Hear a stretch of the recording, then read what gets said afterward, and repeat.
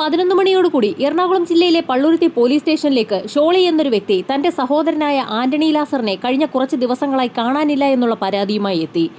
ആന്റണി ലാസറെ ഏതാനും ദിവസങ്ങൾക്ക് മുൻപാണ് അവസാനമായി ആളുകൾ കണ്ടിട്ടുള്ളത്. ചില ഗുണ്ട ആക്ടിവിറ്റികളുമായി ബന്ധപ്പെട്ടിട്ടുള്ള വ്യക്തി കൂടിയാണ് ആന്റണി ലാസർ. അതുമായി ബന്ധപ്പെട്ട് ചിലപ്പോഴൊക്കെ അയാൾ ഒളിവിൽ താമസിക്കുന്നതും പതിവാണ്. അതുകൊണ്ടാണ് ആദ്യഘട്ടത്തിൽ ഷോളിക്ക് സംശയമൊന്നും തോന്നാതെയിരുന്നത്. ആന്റണി എവിടെ പോയാലും സുഹൃത്തുക്കളിൽ ആരെയെങ്കിലും ഒക്കെ വിളിക്കാറുണ്ട്. എന്നാൽ ഇപ്പോൾ കഴിഞ്ഞ ഒരാഴ്ചയായി സുഹൃത്തുക്കളെ ആരെയും തന്നെ ആന്റണി വിളിച്ചിട്ടില്ല.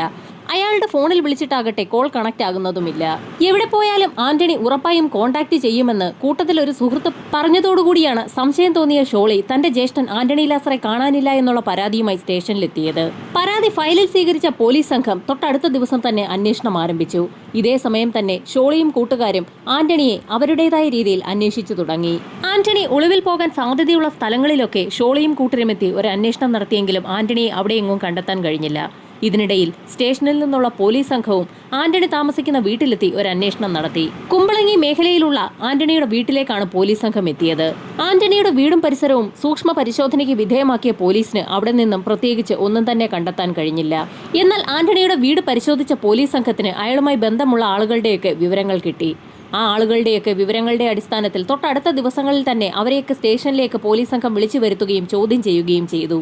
ആന്റണി എവിടെ ഒളിവിൽ പോയാലും തങ്ങളെ വിളിക്കാറുണ്ടെന്നും എന്നാൽ കഴിഞ്ഞ ഒരാഴ്ചയായി ആന്റണി തങ്ങളെയും വിളിക്കാറില്ല എന്നുള്ള കാര്യം സുഹൃത്തുക്കളൊക്കെ പോലീസിനോട് പറഞ്ഞു.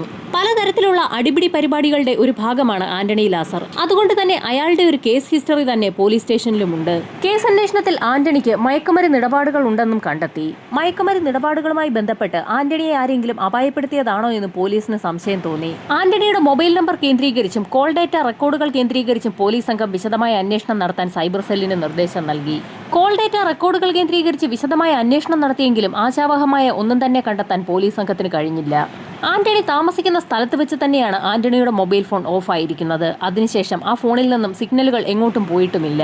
പോലീസിന്റെ അന്വേഷണത്തിന് പുറമെ ഷോളി സംഘവും അന്വേഷണം നടത്തി 2 ആഴ്ച പിന്നിട്ടിട്ടും ആന്റണിയെക്കുറിച്ച് യാതൊരു വിവരവും ലഭിക്കാത്ത സാഹചര്യത്തിൽ ആന്റണിയുടെ സഹോദരൻ ഷോളിക്കും കൂട്ടർക്കും എന്തൊക്കെയോ സംശയങ്ങൾ തോന്നി. ഇത്രയും കാലം ആന്റണി ഒരു കാരണവശാലും ആരോടും പറയാതെ ഒളിവിൽ കഴിയാൻ യാതൊരു സാധ്യതയുമില്ല എന്ന് അവർ ഉറപ്പിച്ചു. അത് മാത്രവുമല്ല, ഈ കാലഘട്ടത്തിൽ ഒന്നും തന്നെ പറയത്തക്ക യാതൊരു പ്രശ്നങ്ങളും ആന്റണി ഉണ്ടാക്കിയിട്ടുമില്ല. ഇത്രയും കാലം ഫോൺ സ്വിച്ച് ഓഫ് ചെയ്ത് ഒളിവിൽ കഴിയേണ്ട ആവശ്യവുമില്ല. അങ്ങനെയെങ്കിൽ ആന്റണിക്ക് എന്തെങ്കിലും സംഭവിച്ചു കാണുമോ എന്നായിരുന്നു എല്ലാവരുടെയും സംശയം. ഒളിവിൽ പോകേണ്ട യാതൊരു സംഭവങ്ങളും അടുത്തെങ്ങും ആന്റണിയുമായി ബന്ധപ്പെട്ട് ഉണ്ടായിട്ടില്ല എന്ന് പോലീസിനും വ്യക്തമായി. പോലീസ് സംഘത്തിന് പുറമെ ഷോളിയുടെയും കൂട്ടരുടെയും അന്വേഷണം പുരോഗമിക്കുന്നതിനിടയിലായിരുന്നു ഒരു വാർത്ത ഷോളിയെയും സംഘത്തെയും തേടിയെത്തിയത്. ആന്റണി താമസിക്കുന്ന വീടിരിക്കുന്ന മേഖലയിൽ ഒരിടത്ത് ഡെഡ് ബോഡിയുടെ സാന്നിധ്യം കണ്ടെത്തിയെന്ന് ഏതൊക്കെയോ ചില വ്യക്തികൾ ഷോളിയെയും കൂട്ടരെയും വിളിച്ചു പറഞ്ഞിരിക്കുകയാണ്. ആന്റണിയുടെ വീടിന് പരിസരത്തുള്ള ചതുപ്പ് പ്രദേശത്ത് ഒരു ബോഡി ചവിട്ടി താഴ്ത്തിയതിന്റെ ലക്ഷണമാണ് കാണാനുള്ളത്. സംഭവം പറഞ്ഞ് പോലീസ് സംഘവും അവിടേക്കെത്തി. പോലീസുകാരുടെ നേതൃത്വത്തിൽ തന്നെ ആ ബോഡി അവിടെ നിന്നും കുഴിച്ചെടുത്തു. ഒരു പുരുഷന്റെ ഡെഡ് ബോഡിയാണതെന്ന് നാട്ടുകാർക്ക് വ്യക്തമായി. എന്നാൽ ബോഡി നന്നായിട്ട് അഴുകിയിട്ടുണ്ട്. കുറെ ദിവസമായി ആ ബോഡി ചതുപ്പിൽ തന്നെ കിടക്കുകയായിരുന്നു എന്ന് അതിൽ നിന്നും വ്യക്തമാണ്. ഫോറൻസിക് സംഘവും സംഭവസ്ഥലത്തെത്തി വിശദമായ പരിശോധന ആരംഭിച്ചു. അതിനിടയിലാണ് ആ ഡെഡ് ബോഡിയുമായി ബന്ധപ്പെട്ടുള്ള വസ്ത്രങ്ങൾ ഷോളിയുടെ ശ്രദ്ധയിൽപ്പെട്ടത്. അത് തന്റെ സഹോദരൻ ആന്റണി ലാസർ ഉപയോഗിച്ചിരുന്ന വസ്ത്രങ്ങളാണെന്ന് ഒറ്റ നോട്ടത്തിൽ തന്നെ ഷോളിക്ക് വ്യക്തമായി. അത് തന്റെ സഹോദരന്റെ വസ്ത്രങ്ങൾ തന്നെയാണെന്ന് ഒരൊറ്റ നോട്ടത്തിൽ തന്നെ ഷോളി ഉറപ്പിച്ചതും തന്റെ സംശയം അയാൾ പോലീസിനെ അറിയിച്ചു. പോലീസ് തേടിക്കൊണ്ടിരിക്കുന്ന ആന്റണി ലാസറിന്റെ ഡെഡ് ബോഡിയാണത്. അക്കാര്യം ഏതാണ്ട് ഉറപ്പായി. അവിടെ ഒരു പ്ലാസ്റ്റിക് ചാക്കിന് മുകളിലേക്ക് ഡെഡ് ബോഡി എടുത്ത് കിടത്തിയതിനു ശേഷം ഫോറൻസിക് സംഘം അവരുടെ പരിശോധന ആരംഭിച്ചു. ബോഡി പരിശോധിച്ച ഫോറൻസിക് സംഘത്തിന് ആ ബോഡിയിലെ എല്ലുകൾ പൊട്ടിയിട്ടുണ്ടെന്നുള്ള കാര്യം വ്യക്തമായി. വാരിയെല്ലുകളൊക്കെ ചവിട്ടി ഒടിച്ച നിലയിലാണ്. അതിക്രൂരമായ മർദ്ദനത്തിന് ആന്റണി ലാസർ ഇരയായിട്ടുണ്ടെന്ന് ഫോറൻസിക് സംഘത്തിന് ബോധ്യപ്പെട്ടു. അയാളെ ചവിട്ടിക്കൊന്നിരിക്കാൻ സാധ്യതയുണ്ടെന്ന് തോന്നിക്കുന്ന രീതിയിലാണ് ആ കാഴ്ച. ബോഡി നന്നായി അഴുകിയ നിലയിലായതുകൊണ്ട് തന്നെ അതിനപ്പുറത്തേക്ക് ഒന്നും തന്നെ ആ സമയത്ത് കണ്ടെത്താൻ ഫോറൻസിക് സംഘത്തിന് കഴിയുമായിരുന്നില്ല. സംഭവം അറിഞ്ഞ് ഡിവൈഎസ്പി ഉൾപ്പെടുന്ന സംഘം അങ്ങോട്ടേക്കെത്തി. പരിശോധനകൾ പുരോഗമിക്കുന്നതിനിടയിൽ ഷോളിയോട് പോലീസ് സംഘം വിശദമായി കാര്യങ്ങൾ അന്വേഷിച്ചു. അപ്പോഴാണ് തനിക്കുള്ള ഒരു സംശയം ഷോളി പോലീസിനെ അറിയിച്ചത്. ആന്റണിയുടെ വീടിന് സമീപത്ത് തന്നെ താമസിക്കുന്ന ബിജു എന്നൊരു വ്യക്തിയുമായി ആന്റണി ഇടയ്ക്ക് വഴക്കുണ്ടാക്കിയിട്ടുണ്ട്. അതേ ചൊല്ലി ആന്റണിയോട് ബിജുവിന് വൈരാഗ്യമുണ്ടായിരുന്നു എന്നുള്ള കാര്യവും ഷോളി പോലീസിനെ അറിയിച്ചു. അന്വേഷണം അതിവേഗത്തിൽ തന്നെ മറ്റൊരു ദിക്കിലേക്ക് നീങ്ങുകയാണ്. ഷോളി പറഞ്ഞ ആ ഒരൊറ്റ സ്റ്റേറ്റ്മെന്റിലാണ് അന്വേഷണം മറ്റൊരു ദിക്കിലേക്ക് മാറിയത്. ഷോളിയുടെ സ്റ്റേറ്റ്മെന്റിനെ അനുകൂലിക്കുന്ന തരത്തിലായിരുന്നു അവിടെ കൂടി നിന്ന ആളുകളുടെയൊക്കെ മൊഴി. CI ഉൾപ്പെടുന്ന സംഘം ഉടൻ തന്നെ സമീപത്തുള്ള ബിജുവിന്റെ വീട്ടിലേക്കെത്തി. ബിജുവിന്റെ വീട് അടച്ചിട്ട നിലയിലായിരുന്നു. അയാളും അയാളുടെ ഭാര്യയും സംഭവസ്ഥലത്തില്ല എന്ന് പോലീസിന് വ്യക്തമായി. ബിജുവിന്റെ വീടും പരിസരവുമൊക്കെ പോലീസ് അതിസൂക്ഷ്മമായ പരിശോധനയ്ക്ക് വിധേയമാക്കി. ബോഡി കിട്ടിയിരിക്കുന്ന സ്ഥലത്തു നിന്നും അധികം ദൂരെയൊന്നുമല്ല ബിജുവിന്റെ വീട്. ഇവിടെ ഇങ്ങനെയൊരു സംഭവം നടക്കുമ്പോൾ അതറിഞ്ഞ് ബിജുവും വീട്ടുകാരുമൊക്കെ അവിടേക്ക് ഓടിയെത്തേണ്ടതാണ്. എന്നാൽ ബിജുവും അയാളുടെ ഭാര്യയും സംഭവസ്ഥലത്തില്ല. ഇനി ബിജുവിന് ഈ സംഭവവുമായി എന്തെങ്കിലും ബന്ധമുണ്ടാകുമോ എന്ന് സംശയം തോന്നിയ പോലീസ് സംഘം ബിജുവിന്റെ നമ്പർ സംഘടിപ്പിച്ച് ആ നമ്പറിലേക്ക് വിളിച്ചു നോക്കി. ബിജുവിന്റെ നമ്പർ സ്വിച്ച്ഡ് ഓഫ് ആണ്. അയാളുടെ ഭാര്യയുടെ നമ്പറിൽ വിളിച്ചു നോക്കിയപ്പോൾ അതും ഓഫ് ആണെന്ന് വ്യക്തമായി. ബിജുവുമായി ബന്ധമുള്ള മറ്റു ചില ആളുകളുടെയൊക്കെ നമ്പർ തിരക്കിയപ്പോൾ അതിലും 1-2 ആളുകൾ സ്ഥലത്തില്ല എന്ന് പോലീസിന് വ്യക്തമായി. ഇതിനിടയിൽ ഇൻക്വസ്റ്റ് നടപടികൾ പൂർത്തിയാക്കിയ മൃതദേഹം പോസ്റ്റ്മോർട്ടത്തിനായി ആശുപത്രിയിലേക്ക് ഷിഫ്റ്റ് ചെയ്യുകയും ചെയ്തു. ഹോസ്പിറ്റലിലെത്തിച്ച മൃതദേഹം പോസ്റ്റ്മോർട്ടം നടത്തുകയും ചെയ്തു. പോസ്റ്റ്മോർട്ടം നടത്തുന്നതിനിടയിൽ അവർ കണ്ട ചില കാര്യങ്ങളൊക്കെ ഡോക്ടർമാർ പോലീസിനെ അറിയിക്കുകയും ചെയ്തു. ആ ബോഡിയുടെ തലയിൽ നല്ല രീതിയിൽ പരിക്കേറ്റിട്ടുണ്ട്. അതുപോലെ തന്നെ വാരിയെല്ലുകൾ ചവിട്ടി ഒടിച്ചിരിക്കുകയാണ്. നന്നായി മർദ്ദിച്ച് ആന്റണി ലാസറെ കൊലപ്പെടുത്തിയിരിക്കുകയാണ്. ഡോക്ടർമാർ കണ്ടെത്തിയ മറ്റൊരു ഞെട്ടിക്കുന്ന കാര്യം പോലീസുകാരെ പോലും അതിശയിപ്പിച്ചു. ആന്റണി ലാസറിന്റെ വയറ് കീറിയിരിക്കുകയാണ്. വയറ്റിനുള്ളിൽ ഒരു ഇന്റേണൽ ഓർഗൻസും ഇല്ല. വയറ്റിനുള്ളിൽ നിന്നും കുടൽമാലകളൊക്കെ വലിച്ചു പുറത്തെടുത്ത ശേഷം വയറ്റിനുള്ളിൽ കല്ലും മണ്ണും വാരി നിറച്ചിരിക്കുകയാണ്. അത് മാത്രവുമല്ല, മണ്ണും കല്ലുമൊക്കെ വാരി നിറച്ച ശേഷം വയറ് തുന്നിക്കെട്ടിയിട്ടുമുണ്ട്. തീർത്തും അമ്പരപ്പിക്കുന്ന ഒരു പോസ്റ്റ്മോർട്ടം റിപ്പോർട്ടാണ് പോലീസുകാരെ തേടിയെത്തിയിരിക്കുന്നത്. ഞെട്ടിക്കുന്ന ഒരു റിപ്പോർട്ടാണ് പോലീസുകാരുടെ കൈവശം കിട്ടിയിരിക്കുന്നത്. ഒരു വ്യക്തിയെ അതിക്രൂരമായി കൊലപ്പെടുത്തിയ ശേഷം അയാളുടെ വയറ് കീറി വയറ്റിലുള്ള സാധനങ്ങളൊക്കെ പുറത്തെടുത്തിട്ട ശേഷം കല്ലും മണ്ണും വാരി നിറച്ച് വയറ് തുന്നിക്കെട്ടിയിരിക്കുകയാണ്.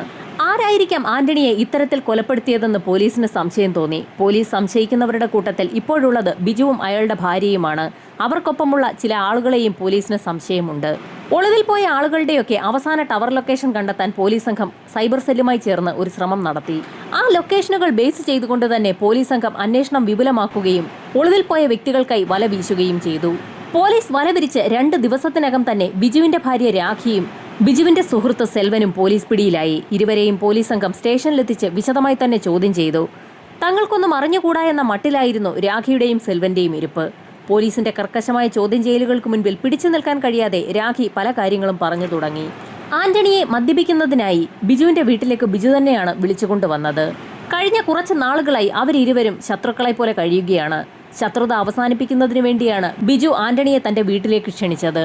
കഴിഞ്ഞ കാര്യങ്ങളൊക്കെ മറന്ന് ഇനി സുഹൃത്തുക്കളായി തുടരാമെന്ന് പറഞ്ഞുകൊണ്ട് ബിജു ആന്റണിയെ തന്റെ വീട്ടിലേക്ക് വിളിച്ചുകൊണ്ടുവരികയും അയാൾക്ക് അവിടെ വെച്ച് മദ്യം നൽകുകയും ചെയ്തു. ബിജുവിന്റെ വീട്ടിൽ അയാൾക്ക് പുറമെ അയാളുടെ 2 സുഹൃത്തുക്കളായ ലാജുവും സെൽവനും ഉണ്ടായിരുന്നു. മദ്യപാനം അതിന്റെ ഉച്ചസ്ഥായിലെത്തിയ സമയത്തായിരുന്നു ബിജു ആന്റണിയോട് ഒരു കാര്യം പറയുന്നത്. പണ്ട് വഴക്കുണ്ടായ സമയത്ത് ആന്റണി ബിജുവിന്റെ കൈ ചവിട്ടിയോടിച്ചത് അയാൾക്ക് ജീവിതത്തിൽ ഒരുപാട് ബുദ്ധിമുട്ടുകൾ ഉണ്ടാക്കുന്നതിന് ഇടയാക്കി. കൈയിലേറ്റ ക്ഷതം അത്രയ്ക്കും വലുതായിരുന്നു. ഒരുപാട് നാളുകൊണ്ട് ചികിത്സിച്ചാണ് കൈയുടെ ക്ഷതവും പരിക്കുമൊക്കെ മാറ്റിയെടുത്തത്. തന്റെ കൈ നേരെയാക്കി എടുക്കുന്നതിന് പിന്നീട് ഓപ്പറേഷൻ വേണ്ടി വന്നു എന്നും ഓപ്പറേഷൻ സമയത്ത് കൈ ഇൻഫെക്ഷൻ ആയതുകൊണ്ട് തന്നെ ഒരുപാട് പൈസ ചിലവായെന്നും ആ പൈസയൊക്കെ ആന്റണി തരണമെന്നും ബിജു ആവശ്യപ്പെട്ടു. മദ്യപിച്ച് ഒരു മൂഡിലേക്ക് എത്തിയ സമയത്താണ് ബിജു ആ കാര്യം പറഞ്ഞത്. അത് ആന്റണിക്ക് നന്നായി കൊള്ളുകയും ചെയ്തു. എല്ലാ പ്രശ്നങ്ങളും തുടങ്ങിവെച്ചത് ബിജു തന്നെയല്ലേ എന്ന് ആന്റണി ചോദിച്ചു. പതുക്കെ പതുക്കെ ആ സംഭാഷണം ഒരു വഴക്കിലേക്ക് കലാശിക്കുകയും ചെയ്തു. ആ വഴക്ക് പിന്നീട് വലിയ സംഘട്ടനമായി. സംഘട്ടനത്തിനിടയിൽ മദ്യപിച്ചുകൊണ്ടിരുന്ന ആന്റണിയുടെ നെഞ്ചിലേക്ക് ബിജു ആഞ്ഞു ചവിട്ടുകയും ചെയ്തു. ബിജുവിന്റെ ചവിട്ടേറ്റ് ആന്റണി കസേരയോടുകൂടി തന്നെ പിന്നിലേക്ക് മറിഞ്ഞു വീണു.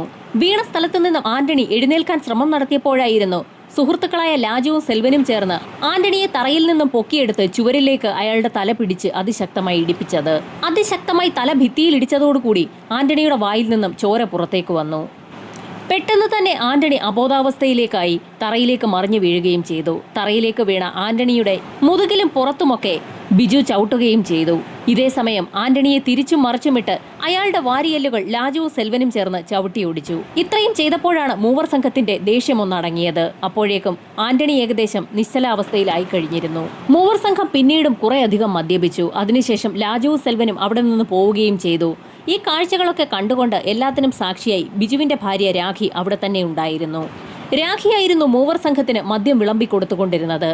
കുറെ സമയം കഴിഞ്ഞപ്പോൾ രാഖിയും ബിജുവും ആ വീട്ടിൽ കിടന്ന് ഉറങ്ങുകയും ചെയ്തു. തൊട്ടടുത്ത ദിവസം നേരം പുലർന്ന് ഏകദേശം 9 മണിയായ സമയത്തായിരുന്നു ഇരുവരും ആ വീട്ടിൽ കിടക്കുന്ന ആന്റണി ലാസറെ യഥാർത്ഥത്തിൽ ശ്രദ്ധിച്ചത്. തലേ ദിവസത്തെ മദ്യപാനത്തിനിടയിൽ ആന്റണിയെ തല്ലിയത് മാത്രമേ ബിജുവിന് ഓർമ്മയുള്ളൂ. അതുകൊണ്ട് തന്നെ അയാളെ വിളിച്ചുണർത്താൻ ബിജു ഒരു ശ്രമം നടത്തിയെങ്കിലും ആന്റണിക്ക് അനക്കമില്ല എന്ന് ആ സമയത്താണ് അയാൾക്ക് മനസ്സിലായത്. ആന്റണിയുടെ മരണം ഉറപ്പായി എന്ന് മനസ്സിലാക്കിയ ബിജു ഉടൻ തന്നെ തന്റെ സുഹൃത്തുക്കളായ ലാജുവിനെയും സെൽവനെയും അവിടേക്ക് വിളിച്ചു വരുത്തി. അവർ മൂവരും ചേർന്നാണ് ആന്റണിയെ കൊലപ്പെടുത്തിയതെന്നുള്ള കാര്യം അവർക്ക് തന്നെ ഉറപ്പാണ്. അതുകൊണ്ട് തന്നെ ഡെഡ് ബോഡി ഇനി എവിടെ മറവ് ചെയ്യാമെന്നുള്ള കാര്യത്തെക്കുറിച്ച് മൂവർ സംഘം ചർച്ച ചെയ്തു തുടങ്ങി. ചതുപ്പ് നിറഞ്ഞ പ്രദേശമായതുകൊണ്ട് തന്നെ അവിടെ കുഴിച്ചിടുന്ന കാര്യം വലിയ ബുദ്ധിമുട്ടാണ്. വെള്ളത്തിലൂടെ ഒഴുക്കി വിടാമെന്ന് വെച്ചാൽ അതിവേഗം തന്നെ പോലീസ് അന്വേഷണവുമായി അവരിലേക്ക് തന്നെ എത്തും. പല കൊട്ടേഷനുമായി ബന്ധപ്പെട്ട് ആന്റണി പലപ്പോഴും ഒളിവിൽ താമസിക്കുന്നത് പതിവാണ്. അതുകൊണ്ട് തന്നെ ആന്റണിയുടെ ബോഡി ആരും അറിയാത്ത രീതിയിൽ മറവ് ചെയ്താൽ ആന്റണി എവിടേക്കെങ്കിലും പോയതാകുമെന്ന് നാട്ടുകാർ കരുതിക്കൊള്ളുമെന്ന് തന്നെ ബിജുവും സംഘവും ഉറപ്പിച്ചു. ആ സമയത്തായിരുന്നു ബിജു സമീപത്തുള്ള ചതുപ്പിലേക്ക് ആന്റണിയുടെ ഡെഡ് ബോഡി ചവിട്ടി താഴ്ത്താമെന്ന് മറ്റുള്ള ആളുകളോട് പറഞ്ഞത്. അത് കേട്ടുകൊണ്ടു നിന്ന രാഖി മറ്റൊരു കാര്യം അവരോട് പറഞ്ഞു. ആന്റണിയുടെ ബോഡി എത്ര ചവിട്ടി താഴ്ത്താൻ ശ്രമിച്ചാലും ഏതേലും ഒരു സമയത്ത് ബോഡി മുകളിലേക്ക് പൊങ്ങി വരുമെന്നായിരുന്നു രാഖി അവരെ അറിയിച്ചത്. പിന്നെ എന്ത് ചെയ്യുമെന്നുള്ള ബിജുവിന്റെ ചോദ്യത്തിന് ഒന്നാലോചിച്ച ശേഷം രാഖി ഒരു മറുപടിയും പറഞ്ഞു. ആന്റണിയുടെ വയറ് കീറി അതിലേക്ക് ഭാരമുള്ള കല്ലുകളും മറ്റും നിറച്ചതിന് ശേഷം ചവിട്ടി താഴ്ത്തുകയാണെങ്കിൽ ഒരുപക്ഷെ ബോഡി ഒരു കാരണവശാലും പൊങ്ങി വരാതെ ഇരുന്നേക്കാമെന്നായിരുന്നു രാഖി അവരെ അറിയിച്ചത്. രാഖി അക്കാര്യം ഉറപ്പിച്ചു പറഞ്ഞതും രാഖി പറഞ്ഞത് തന്നെയാണ് ശരിയെന്ന് മൂവർ സംഘത്തിന് തോന്നി. അങ്ങനെ തന്നെ ചെയ്യാൻ അവർ തീരുമാനിക്കുകയും ചെയ്തു. അങ്ങനെ മരിച്ചു കിടക്കുന്ന ആന്റണിയുടെ വയറ് കീറുകയും അയാളുടെ ഇന്റേണൽ ഓർഗൻസ് എല്ലാം പുറത്തേക്കെടുത്ത് അവയൊക്കെ ഒരു പ്ലാസ്റ്റിക് കവറിലേക്ക് രാഖി മാറ്റുകയും ചെയ്തു. അതിനുശേഷം ആന്റണിയുടെ വയറ്റിലേക്ക് ഭാരമുള്ള കല്ലുകളും മണലും മറ്റും നിറയ്ക്കുകയും ബോഡിക്ക് ഭാരം കൂടിയെന്ന് ഉറപ്പാക്കുകയും ചെയ്തു. ആന്റണിയുടെ ബോഡി ദൂരെ എവിടെയെങ്കിലും കൊണ്ടുപോയി തള്ളാനായിരുന്നു ആദ്യഘട്ടത്തിൽ ബിജു സംഘവും തീരുമാനിച്ചത്. എന്നാൽ ആ സമയത്താണ് ബിജു മറ്റൊരു കാര്യം പറയുന്നത്. ദൂരെ എവിടെയെങ്കിലും കൊണ്ട് ചവിട്ടി താഴ്ത്തിയാലും ഒരു പക്ഷേ ആന്റണിയുടെ ബോഡി പൊങ്ങി വരാൻ സാധ്യതയുണ്ട്. തൊട്ടടുത്ത് തന്നെ ചവിട്ടിത്താഴ്ത്തിയാൽ എപ്പോഴും തന്റെ ഒരു ശ്രദ്ധയുണ്ടാകുമെന്നും ബോഡി വീണ്ടും വീണ്ടും പൊങ്ങി വരികയാണെങ്കിൽ അത് ചവിട്ടിത്താഴ്ത്താൻ തനിക്ക് സാധിക്കുമെന്നുമായിരുന്നു ബിജു കൂട്ടുകാരോട് പറഞ്ഞത്. ആന്റണിയുടെ വയറ് കീറി കല്ലൊക്കെ വെച്ചെങ്കിലും അത് കൂടെ കൂടെ പൊങ്ങാൻ സാധ്യതയുണ്ടെന്നുള്ള സംശയവും ബിജു കൂട്ടുകാരെ അറിയിച്ചു. ഗുണ്ട ആക്ടിവിറ്റീസുമായി ബന്ധപ്പെട്ട് ഇത്തരം പല കാര്യങ്ങളിലും ബിജു ഇടപെട്ടിട്ടുണ്ട്. അതുകൊണ്ട് തന്നെ ബിജുവിന് ബോഡി പിന്നെയും പൊങ്ങി വരാൻ സാധ്യതയുണ്ടെന്നുള്ള കാര്യത്തിലും ഉറപ്പാണ്.